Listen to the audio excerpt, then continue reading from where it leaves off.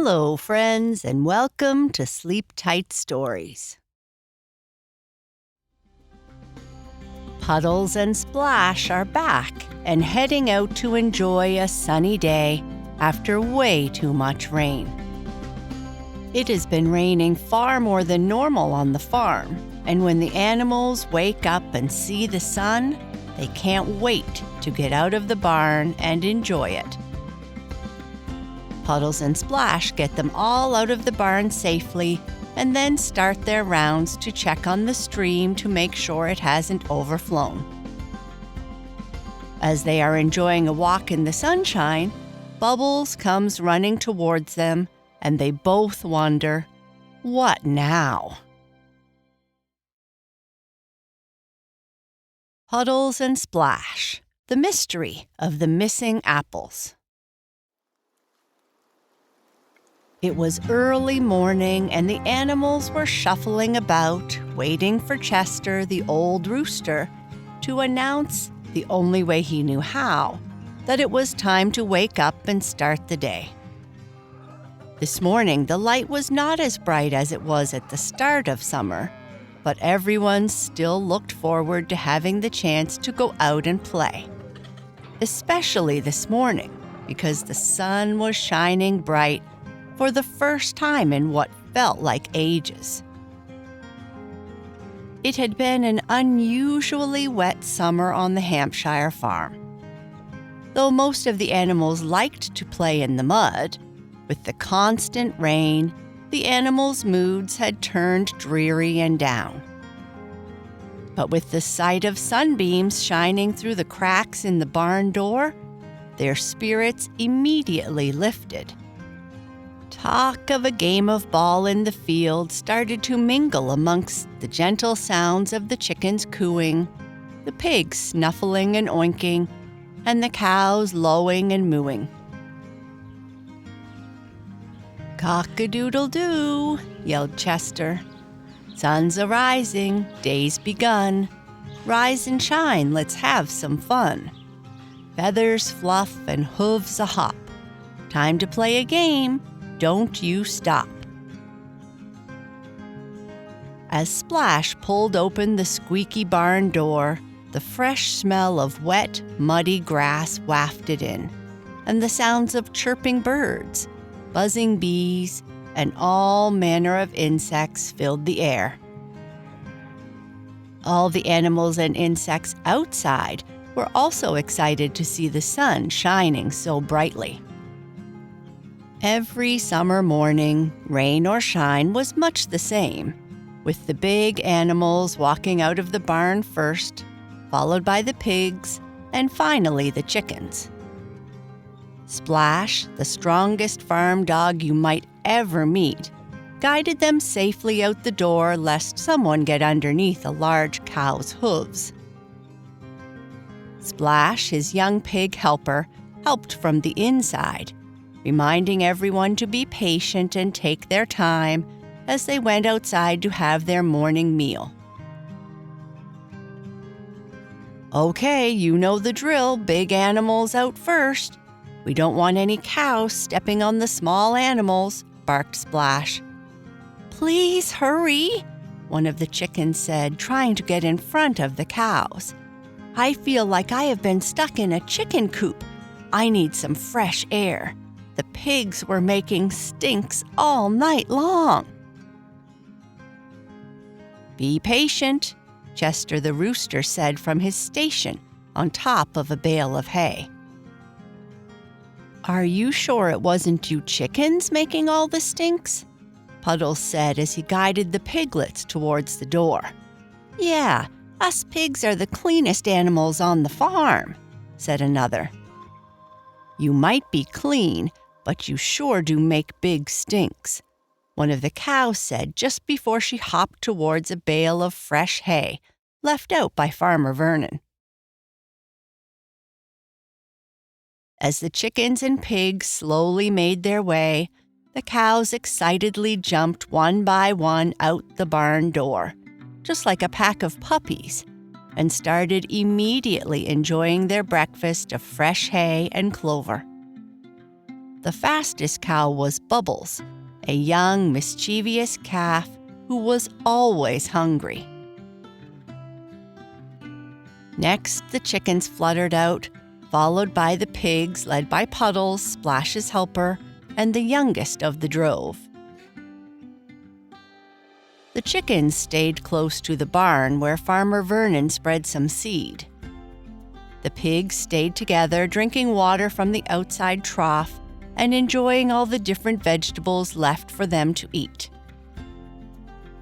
All the animals were excited to see the sun, especially the chickens, who preferred to keep their feathers free from rain and mud. They were always too concerned with their appearance. The farm, located on Prince Edward Island, was like a big, cozy home for all the animals. It was surrounded by wide, open fields, which, this time of the year, looked like a sea of grass swaying in the wind.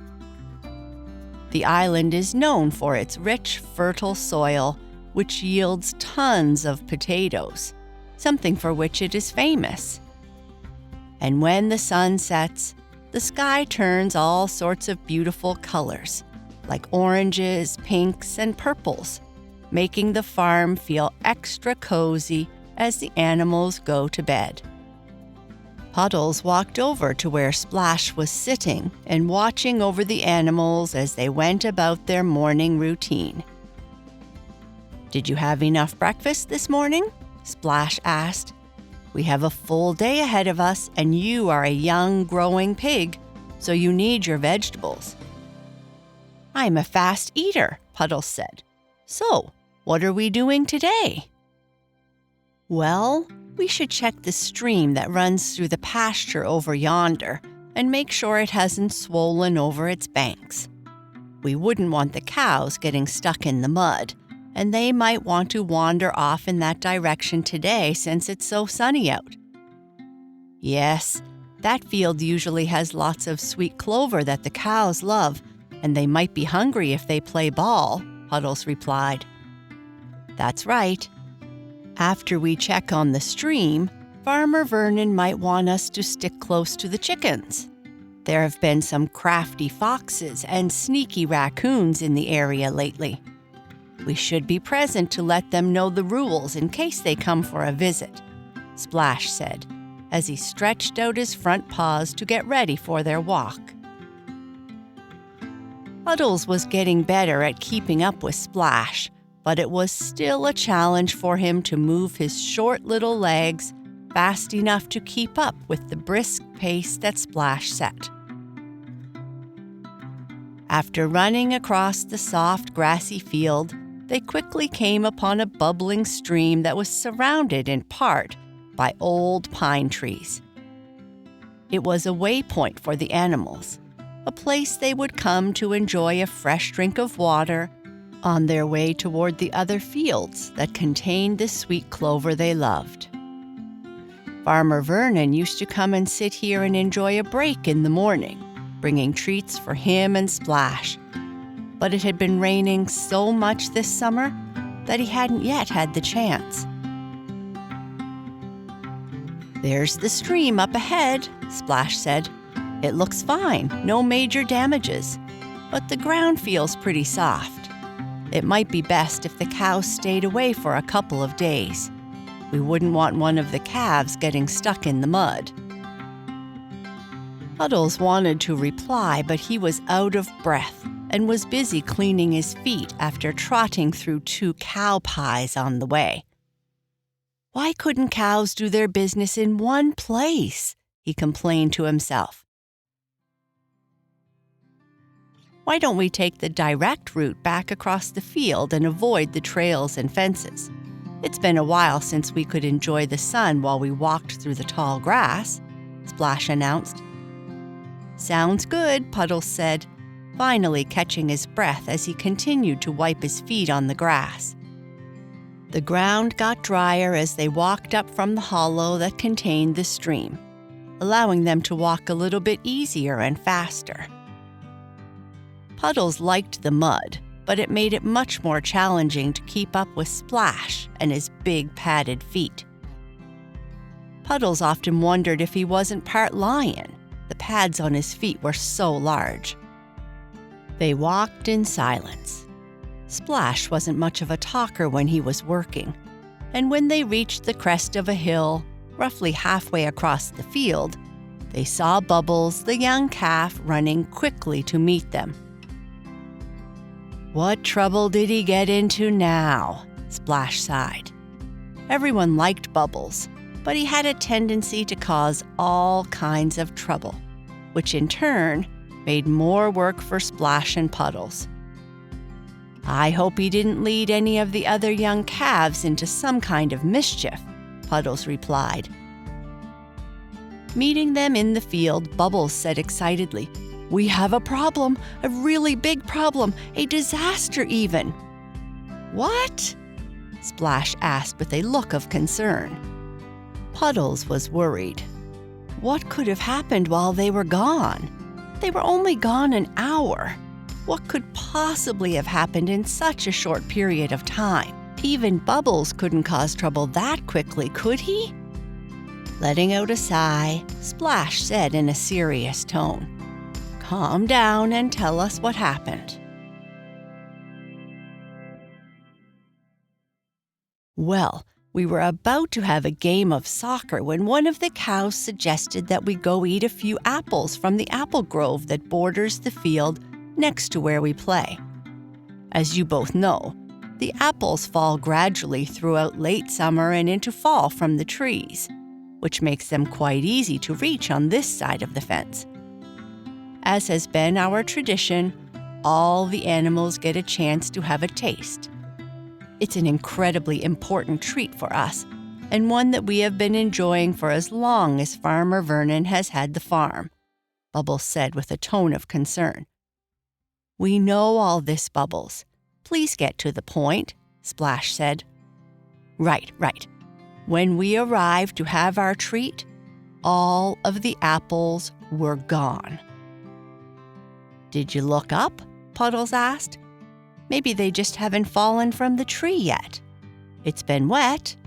Maybe that has delayed their dropping from the trees. All it will take is a bit more time and a stiff wind." "No, that's just it. I mean, the apples were there the other day because, well, I went and had a couple when everybody was eating hay," Bubbles said sheepishly, knowing that he was supposed to share the treats and not be selfish. But now they are all gone, and not just the ones on the ground, but all the ones on the trees on both sides of the fence. "How could that be possible?" Puddles asked. "The trees were full of small apples the last time Splash and I walked by there last week. Farmer Vernon leaves them for us, and I have only heard of him picking apples from the trees close to his house." "No, I'm sure it wasn't Farmer Vernon." "Well, this is pretty serious, so let's get over there quickly and have a look for ourselves," Splash said as he started to walk ever more briskly than normal. Puddles ran as fast as he could to try and keep up with Bubbles, the fastest cow on the farm, and Splash, who seemed to be good at just about everything. Puddles considered himself very intelligent and hoped to be smarter than Dr. Julius Strangepork one day. However, keeping up with Bubbles and Splash was always a challenge. When they arrived, a small crowd had gathered where the apples should have been. "What happened to all the apples? Do you have any ideas, Splash?" one of the older cows said. "I just got here and am as surprised as you all look to be," Splash said as he surveyed the area. "This is our yearly tradition," a pig said. "Where could the apples have gone?" "After all this rain, a sweet treat like this would have been a great way to bring some cheer," said a chicken hopping about. The rest of the animals mumbled in agreement. "Okay, Give us some time, and we will see if we can find an answer. Why don't you all go back and play a game of soccer while we find an answer to the mystery?" As all the animals that had gathered started to make their way back to the other field to play soccer, Betsy, the lonely cow that was left behind by a farmer next door, came over to talk to Puddles. "I'm not familiar with the traditions that we have on the farm yet, but while I was roaming through the back fields, I did come upon a grove of apple trees hidden amongst the forest at the back of the farm. I could show you where the trees are, I think, but how we could get the apples back to where we could all eat them, I don't know," Betsy said.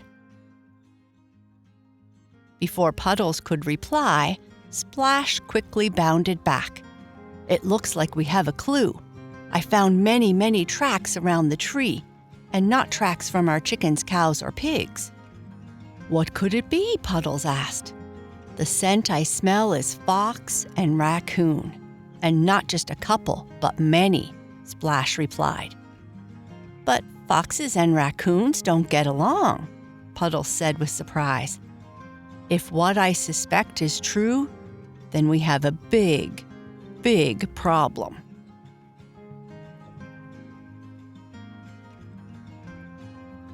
And that is the end of this part. Good night. Sleep tight.